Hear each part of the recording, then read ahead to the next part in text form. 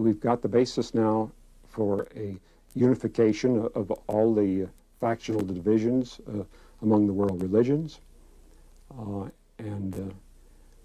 Once that is achieved, I think political unification is bound to follow. Hello YouTube, it's the Utopian Buddha. So you just saw a small snippet of Edward Edinger's interview regarding his ideas on Carl Jung. Edinger was a foremost analyst of Carl Jung and Jungian thought. So I want to go into what he means by political unification, and that political unification comes as a result of religious unification. And I want to show you where Edinger kind of doesn't go far enough in response to the critiques or the ideas of Advaita Vedanta in Hinduism. Even though Edinger and Arnold Toynbee, a historian who we'll be also talking about, both discussed the importance of Indian thought, right? And I'm not saying this just because I'm Indian. I probably realized it more because I'm Indian, because I'm part of that culture. But so the basic principle is this.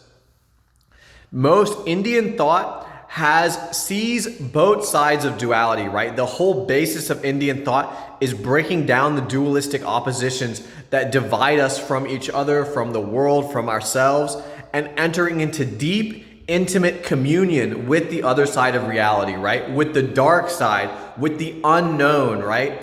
Traditionally, human civilization, human evolutionary psychology operates on a basis of where what is known is seen as safe, it's seen as good, it's seen as the light, right? What is unknown, right? The critters in the dark, the predators that prowl at night. This has engaged our instinctual and evolutionary psyche for eons of evolution, so we're trained to look at the unknown, not as a hero would, or not as a brave adventurer, but out of fear, right? Well, once that fear is dissolved and you realize your unity with all existence, right? Carl Jung famously talks about the backside of God, right? Once you get a view of the backside of God, that gives you an ability to see the front side with more clarity, right? You can't know light without knowing darkness fully, right? You can't know your own light without knowing your own darkness fully, right?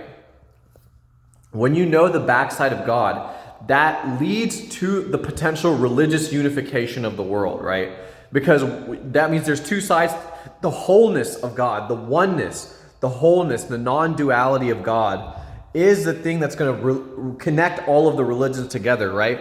If we went back all the way back in time and talked to Jesus, Jesus would not have said, hey, let's kill those Hindu people over there, or let's massacre those Muslims, right? In the past, the civilizational networks, the networks between Eastern and Western civilization were not as strong. Therefore, religious attitudes were also localized, and they had to be tailored to their specific religious and political context, right? So anyways, so once Edinger says, right, after religious unification, we have political unification. But to have this new world, to have this new age, which Toynbee talks about, both Toynbee and Edinger both talk about how advanced Indian consciousness is, right? And if you look at the lives of Sri Ramakrishna, Anandamayi Ma, all of these great Indian saints, what you find is that they're historically, people don't realize, I've written 17 books and a few of them are about this topic right here, the political and religious unification of the world. People just don't know how smart I am, how deep I am. This stuff goes so deep that people don't even see it, dude. People don't even see it. It's a real shame.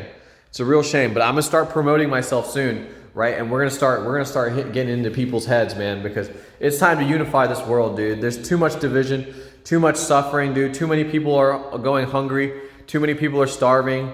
It's time to unify the world, and the way to do that is political unification.